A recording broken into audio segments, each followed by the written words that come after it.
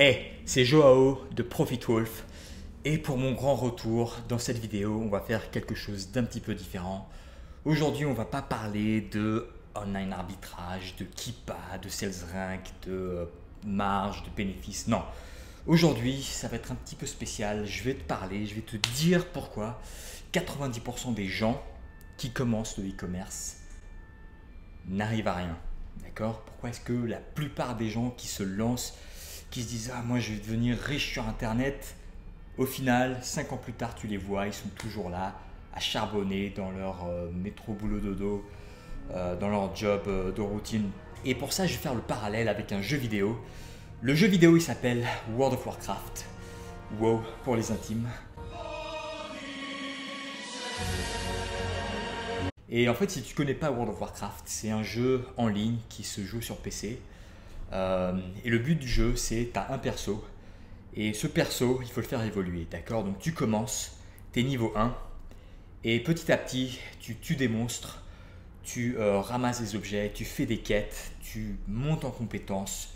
Et ton perso, il va évoluer. Tu vas devenir niveau 2, niveau 3, et ainsi de suite. Et à l'époque, il y a plus de 10 ans maintenant, l'objectif, c'était d'arriver à être niveau 60. Si tu étais niveau 60, tu avais réussi dans la vie. Et donc, il y a deux façons d'atteindre le niveau 60. Il y a deux façons de procéder. La première façon, c'est lorsque tu commences le jeu, tu choisis ton perso. Et oui, il y a un truc très important, c'est qu'il faut choisir la classe de son personnage. Donc, tu as plusieurs classes, d'accord? Tu as le mage, tu as le guerrier, le paladin, le prêtre, le voleur. Je dois en oublier quelques-unes, mais ça, c'est les principales, d'accord? Ça, c'est les classes principales. Et au début du jeu, tu dois choisir une classe. Donc, l'une des façons, c'est la meilleure façon de faire, c'est de choisir une classe. Par exemple, le mage. C'était mon perso, c'était ma classe. J'étais un mage humain à l'époque.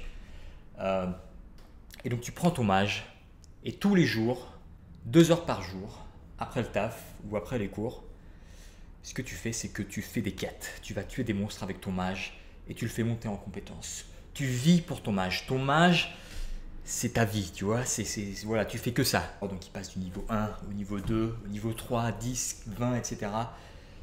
Et au fur et à mesure, tu accumules de l'expérience, des objets, et ton mage devient plus puissant, plus riche.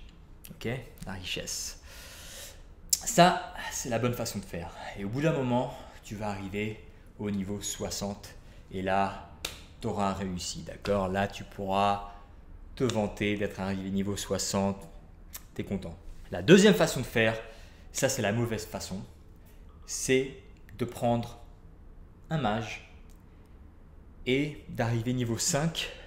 Et une fois que tu es arrivé niveau 5, tu dis ah bah c'est un petit peu compliqué quand même cette histoire de sort, parce que ouais, il y a des trucs, il y a des compétences à acquérir. Il faut aller voir un sorcier qui est plus puissant que toi, qui va t'apprendre des compétences. Tu sais quoi, le mage, je reviendrai au mage plus tard. Je vais faire un guerrier, parce qu'on m'a dit que le guerrier c'était facile, tu vois, tu es là, tu bourrines, tu n'as besoin de personne, tu es puissant, tu résistes à tout et tu peux quand même tuer des autres ennemis. Donc tu fais un guerrier. Et là tu arrives niveau 20, et niveau 20 t'en as marre parce que c'est répétitif, tu as envie d'essayer autre chose.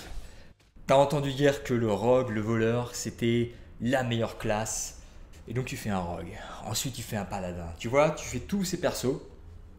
Et au final, au bout d'un an de jeu, tu es arrivé niveau 20 avec 5 persos. Mais t'es pas encore arrivé au niveau 60. Donc en gros, niveau 20, t'es rien, d'accord? Tu sers à rien. Tout le monde est arrivé niveau 20, d'accord? Et donc pourquoi est-ce que je te parle de WoW? Tu as sûrement compris, parce que tu es sur cette chaîne, donc tu es intelligent. Je te parle de ça parce que le parallèle, il est dans le mille là, ok? C'est-à-dire que dans le e-commerce, tu as plusieurs façons de faire. Tu as le private label, tu as le dropshipping. Et tu as plusieurs façons de faire du dropshipping, ok? Tu as le dropshipping sur eBay, tu as le dropshipping sur Shopify, tu as le dropshipping sur Cdiscount, sur Amazon. Ensuite, tu as le retail arbitrage, tu as le online arbitrage, tu as la vente de gros, tu vois, tu as 10 000 trucs. Tu as encore plus de trucs dans le e-commerce que dans World of Warcraft. Ok? Et le problème, il est là. c'est que la plupart des gens, ils vont voir un truc, ils vont voir par exemple le private label, qui est un très bon business model, ok? Ils vont commencer à faire du private label. Donc ils vont regarder les vidéos de Olivier Alain par exemple. Ils vont se dire putain c'est trop bien ce truc. Et ils vont commencer à chercher des produits. Tu vois, ils vont contacter des fournisseurs. Ils vont trouver le produit parfait, le truc qui leur correspond, un truc qu'ils connaissent, sur lequel ils peuvent obtenir des bons prix. Et là ils vont même commencer à négocier. Mais au bout d'un moment ça va leur faire chier. Et ils vont lâcher l'affaire. Tu sais pas pourquoi. Ils avaient bien commencé, ils sont arrivés niveau 20 et soit ils vont avoir peur de passer à l'action, parce que ouais, ça fait peur, tu vois, de passer une commande de 1000 pièces, ok, où tu vas lâcher 1000 ou 2000 euros, tu vois, ça peut faire peur à certaines personnes. Et donc là, ils vont lâcher l'affaire. Ils vont lâcher l'affaire, mais ils ont entendu parler d'un autre truc qui s'appelle le dropshipping. Et avec le dropshipping, c'est top, parce qu'il n'y a pas d'investissement en amont, tu vois. Le dropshipping, tu mets des produits en vente et tu les achètes que si tu as une commande. Donc ça c'est trop bien, tu vois. Donc là le mec, il est chaud, il va commencer son dropshipping, il va faire son site sur Shopify, il va acheter tous ses plugins, bah. Et là il va se rendre compte qu'il faut faire des Facebook Ads. Ah. C'est facile, hein, entre nous c'est facile de faire du Facebook Ads, d'accord? Mais il va lâcher l'affaire. Peut-être qu'il va même commencer, il va faire une semaine de ads. Ça ne va pas convertir, c'est normal puisqu'il vient de commencer, d'accord? Et il va lâcher l'affaire. Et là, il a entendu parler d'un autre truc qui s'appelle le retail arbitrage et le online arbitrage. Donc là, il va regarder les vidéos de Profitwolf et de Tonton Amazon et de Paul Boucher et il va être motivé. Tu vois, là, il va être motivé et il va se dire, ouais, je vais faire de l'online arbitrage. Il va créer son compte Amazon et il va être séduit par le fait qu'avec le retail arbitrage, tu peux vendre de la marque. Tu sais à l'avance si le produit va se vendre ou non. Tu peux acheter des petites quantités. Tout est fait au sein de l'Europe, donc c'est parfait. Et là, il va commencer. Et au bout de 2-3 mois, je dis 2-3 mois parce que moi, j'ai vraiment les statistiques, d'accord? Vu que j'ai un logiciel, je sais, je connais la durée moyenne de vie d'un online arbitrageur, d'accord? En général, c'est 2-3 mois, pas plus. Donc le mec, il va se lancer sur le retail ou l'online arbitrage et il va en avoir marre parce qu'au bout de 2-3 mois, il ne sera toujours pas autorisé à vendre du Lego, ok? Il ne sera toujours pas autorisé à vendre de la marque, ça va le faire chier et il va arrêter. Ça, c'est juste pour te dire que il n'y a pas d'Eldorado, d'accord? Tu n'as pas un business model qui est le Saint Graal qui va répondre à toutes tes problématiques, d'accord? Au fond, que tu fasses du private label, que tu fasses du dropshipping, que tu fasses du retail arbitrage, c'est pas ça le problème. Tous ces business-là, ils peuvent te rapporter beaucoup d'argent, ok? Et ils vont te rapporter beaucoup d'argent si tu t'y prends bien et si tu lâches pas l'affaire, ok? Et si tu te concentres sur une seule chose à chaque fois. Le problème, c'est que toi, tu vas passer de la classe du warrior au mage, au paladin, au prêtre, et au final, bah, tu n'arrives à rien faire. Et c'est pareil sur Amazon ou sur le e-commerce en général, tu vois. Moi, je prends l'exemple du retail arbitrage parce que c'est ce que je connais le mieux. Concrètement, si tu n'as pas 6 mois d'expérience sur Amazon, si Amazon voit que tu es là que depuis 2-3 mois, mais pourquoi est-ce qu'ils vont t'autoriser à vendre de la marque? Tu vois? Mais jamais de la vie, mon gars, ils vont jamais t'autoriser. Le mec, ils te connaissent pas, ils savent pas d'où tu viens.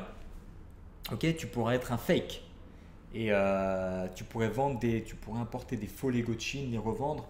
Ils veulent pas ça, Amazon. Ils veulent des vendeurs avec du 5 étoiles, d'accord?